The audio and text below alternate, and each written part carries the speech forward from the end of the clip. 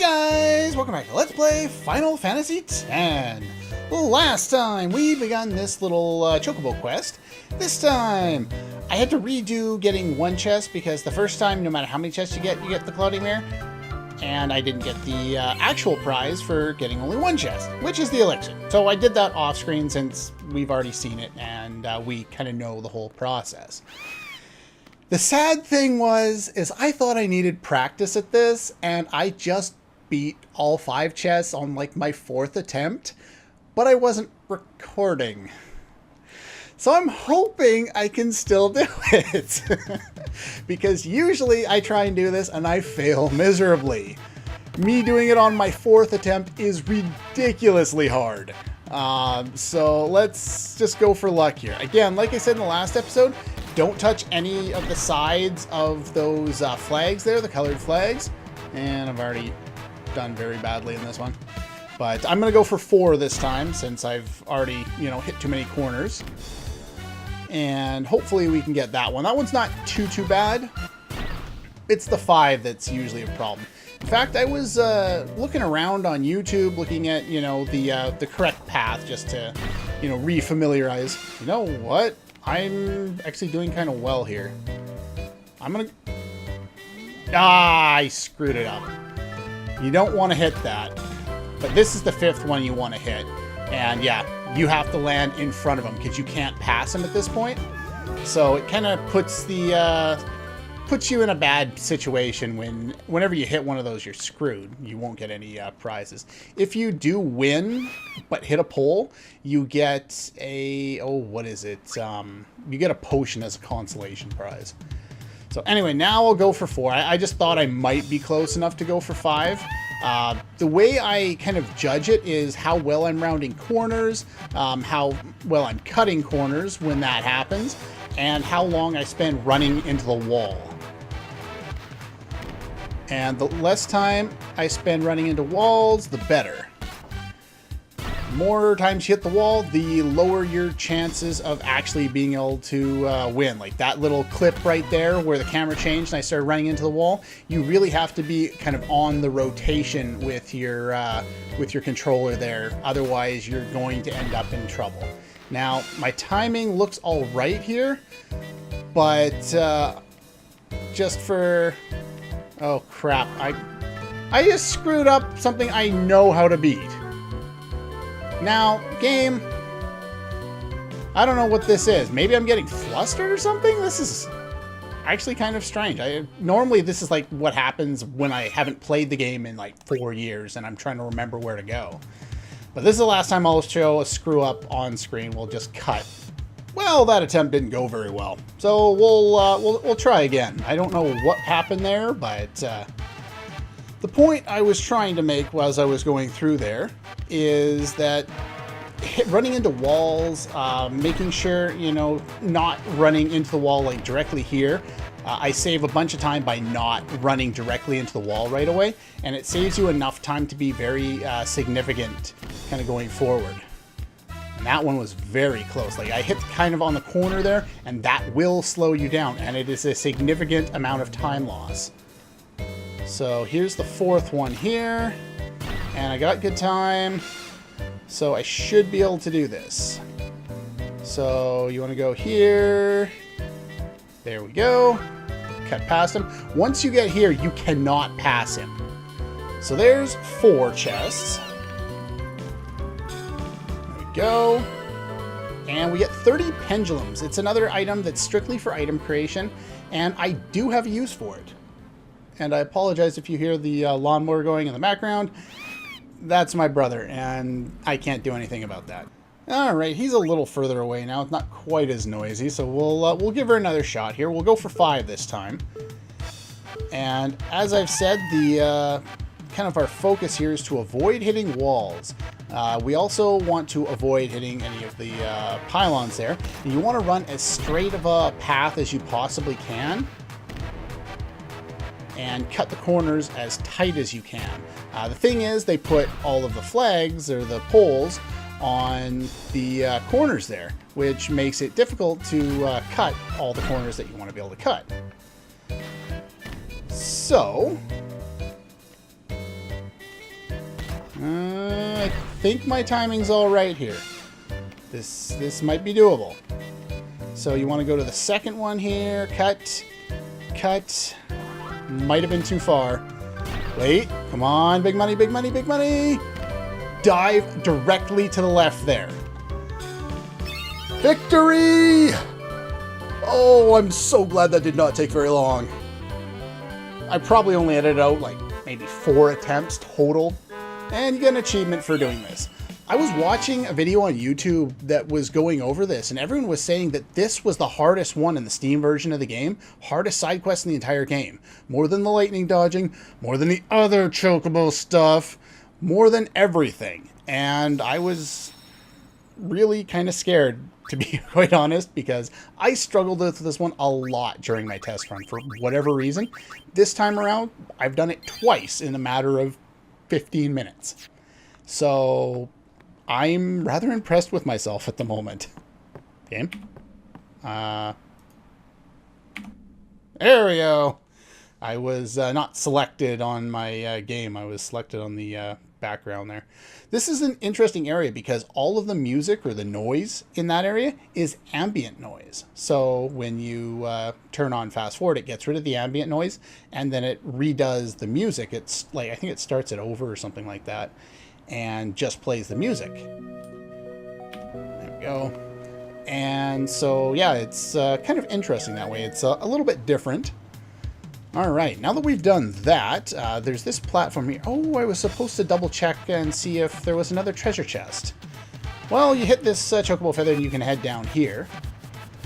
And I had thought there was one up in the top left, so now I'm going to double check that since I forgot to do that in between episodes there. Okay, double checked and there is another item. I believe it's over to the left. That's what memory serves, but I couldn't find it on a map for some reason. I found a map of the Calmlands. It just didn't include any of the treasure chests, which I found kind of odd.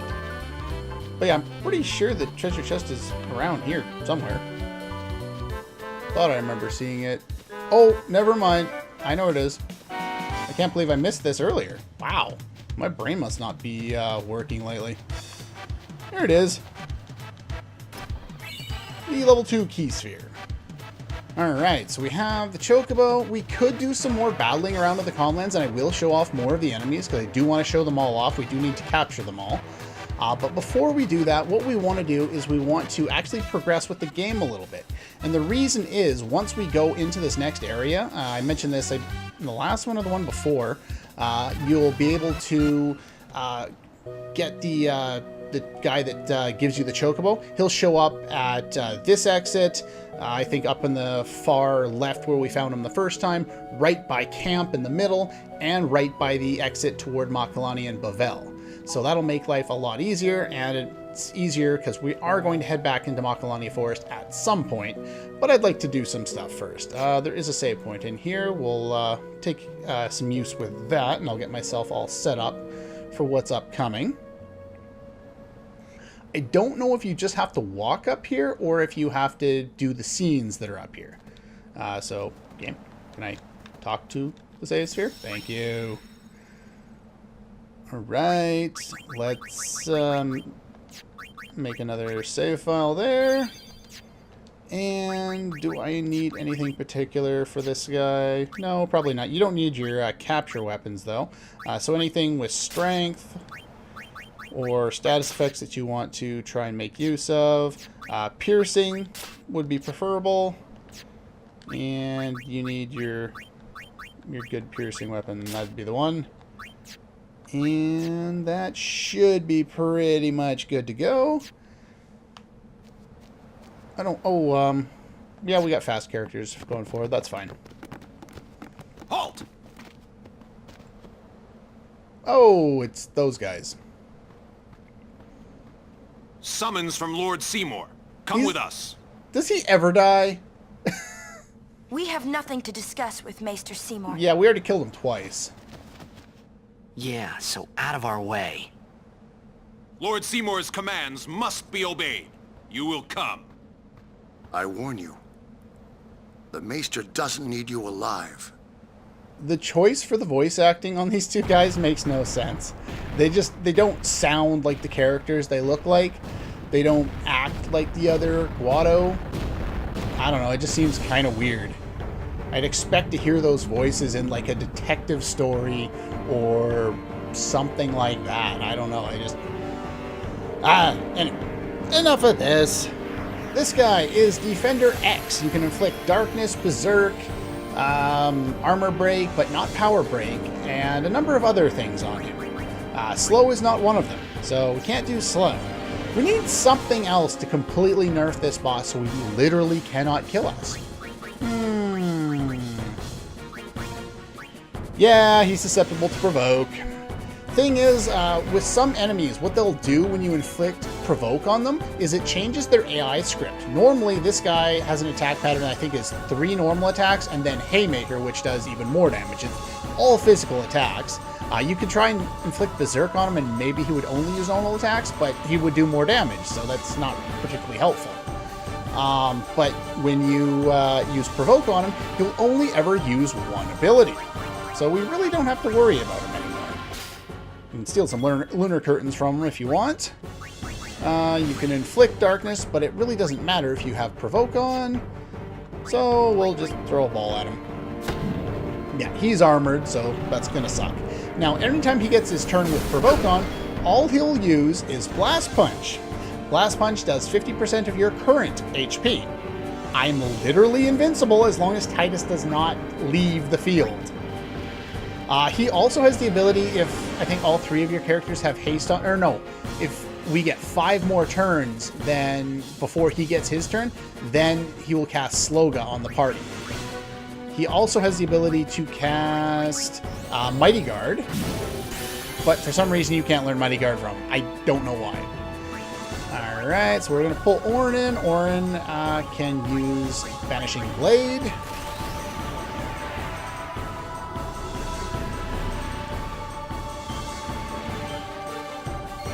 Go. Vanishing Blade really is the best way to go before, make sure Orin's Overdrive is full before pretty much every boss fight going forward, because you're going to want him to do that. Let's see here. I don't think he's susceptible to delay, but you would like to get haste on some people, Orin especially, because he has the breaks going on there. We can bring in Riku, who can't really do all that much. You can steal, though. You can inflict Magic Break, which doesn't affect him, and Mental Break, so your spells do more damage if you want to do that. Let's see. Bring in Lulu. I don't recall if he is susceptible to Demi, though that would be something to consider. I don't think he's susceptible to poison. No, he's immune. Oh well. But yeah, once you've got that going, pretty much have Titus and Orin beat the crap out of him because they have the most damage. We'll bring in Waka momentarily as well. But yeah, you never have to worry about Titus. He can't die, so bring in Waka here. Oh, I don't have Sensor anymore. That's unfortunate. I think you need 4,000 damage to overkill this guy. So maybe I should use Cheer, but I'm lazy. Let's see. Go. I'm going to sub out for Yuna just so I can see his HP. 12,000. Okay. Walk up back in. Critical? Nah. I'm pretty sure it's 4,000, but Titus does the most damage of any of the characters I have, so I'm going to let him get the killing blow here, just so I'm sure that I get my overkill. There we go. You could use an overdrive to take him out too if you want, but... There we go. Level 2 key spheres you get as a prize from him. I thought you got level 3s from him. I could be wrong. I know we have a way of getting a bunch of level 3 key spheres coming up. You could go up for another cutscene, but I'm going to leave that for later. I don't believe I need to view that cutscene to spawn the Chocobo guy down here. He should be down here now. There he is. Or she. In fact... is it you? No, it's somebody else. Somebody else that looks like he was a blitzball player. Alright. Do you want to ride one? Well... yeah, it's about time. The first one we did in a couple episodes back was the wobbly Chocobo. Now let's attempt the Dodger Chocobo. They're incoming balls. You have to dodge them, but your Chocobo is still really stupid and does not listen to commands. He also, if you get too close to the edges of the course, he'll bounce off them, but it's not like there's any indication that that's why the controls aren't responding. They just decide, he's going to move that way now. You can use that as a way to avoid the incoming balls sometimes. So let's give it a try. These all suck. All of these quests are annoying. You want to go as... yeah, see, the edge kind of pushed me away there. Oop.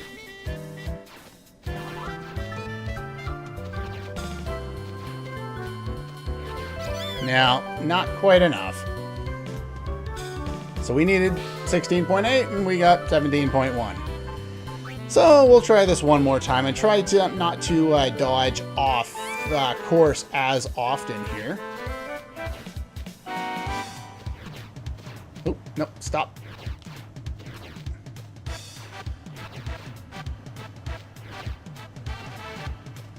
There we go. More than good enough. That one's not too bad. The next one's a pain in the ass. Okay, here's your prize. The first one is a level 1 key sphere. I think after that you get a potion or a high potion or an X potion. Something like that. I can never remember what the... oh, no, I didn't want to try again. Oops. Can I just quit? No.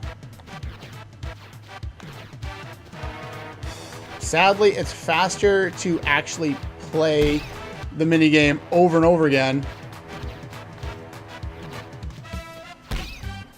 than it is to just, you know, try and fail or anything like that. I would have beaten the original time. Let's do something else. Hyper Dodger Chocobo. Okay, this one's stupid. Okay, so in this case, we have things flying at us and balls that decide they want to kick our ass.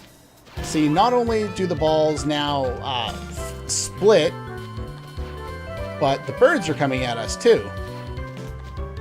Nope. I am nowhere close to being able to get this one to work for me, am I?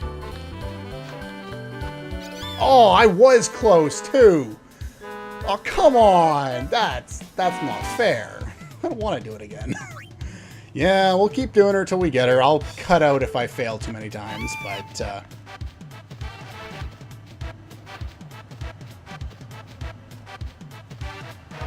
see, if you get too close to the sides there, you do bounce off. No! No! Go! Go! Did I get it? Did I get it? Unfortunately, seriously? The closer you get, the more it likes to screw you over, because the closer you are to the finish line, the closer you are to the birds hitting you. So they kind of cheese you over that way and make it more difficult to avoid as time goes on. Nope. So you don't want to be spending as much time as I am going side to side. Nope. Nope. I think I'm too long on that one. Come on, seriously? I've got 18.6, 7, and 9. Wow. This game does not like me. I am so frickin' close to... stop that. Well, I'm going to train somebody, all right. It's not going to be this stupid Chocobo, though. I'm going to train whoever designed all of the Chocobo games, the mini games in this game, because they are, without a doubt, the worst Chocobo mini games in the entire series. Did I get it? Did I get it? Did I get it? Yay, I got it. And that is the best of them. We have done so far the easiest and the least cheap of all the Chocobo mini game quest things in the game. You got level 2 keys here for that. I quit for now. I do not have the time or the patience today to deal with the final one. There is one more thing that we can do to train a Chocobo, and that's the race. Game, stop that. I am trying to go save. But yeah, the Catcher Chocobo is, in my opinion, the worst side quest in the entire series. It's random, it's unfair, and it causes more rage in me than even Blitzball. Oh, I gotta play Blitzball again too. Jeez, and I don't want to do that either. But anyway, yeah. So next time we're gonna start with the Catcher Chocobo, and I'm not sure how I'm gonna do it. I'm gonna attempt to record it live a few times, but usually this one takes me anywhere from half an hour to 2 hours. Oftentimes split over multiple days because it's that cheap.